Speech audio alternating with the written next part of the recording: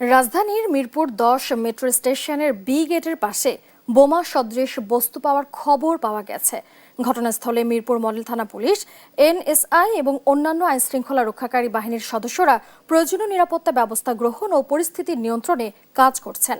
শনিবার তেজগাঁও থানার ভারপ্রাপ্ত কর্মকর্তা মার্মা ও এই তথ্য নিশ্চিত করেন। বলেন, ব্যক্তির ভেতরে বোমা আছে কিনা তা এখনও নিশ্চিত হওয়া যায়নি। বিষয়টি যাচাই করা হচ্ছে।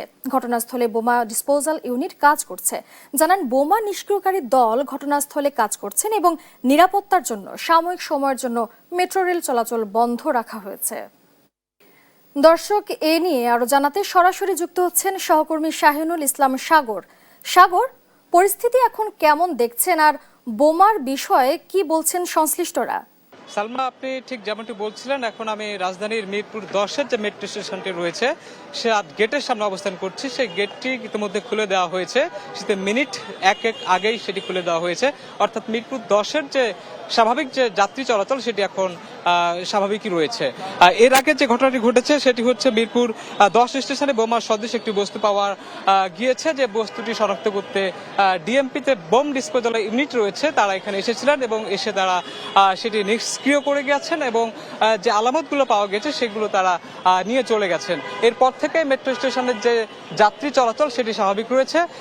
এর আগে যে ঘটনাটি ঘটেছিল, বোম সদৃশ বস্তু পাওয়ার পর থেকে মেট্রো স্টেশনের যে চারদিকের যে প্রবেশদ্বারগুলো ছিল সেগুলো সবগুলো বন্ধ করে দেওয়া হয়েছিল এবং কিছুক্ষণ আগে একটি বোমা বিস্ফোরণের শব্দ এখানে পাওয়া গিয়েছিল। তারপর থেকে মেট্রো স্টেশনের নিচ দিক দিয়ে যে প্রধান সড়ক রয়েছে মিরপুরগামী, সে প্রধান সড়কটি বন্ধ করে দেওয়া হয়েছিল। তবে অল্প কিছুক্ষণের মধ্যে সেই সড়কটি খুলে দেওয়া হয়েছে। অর্থাৎ আগের মতো যে অবস্থা ছিল সেটি এখন বিরাজমান করছে।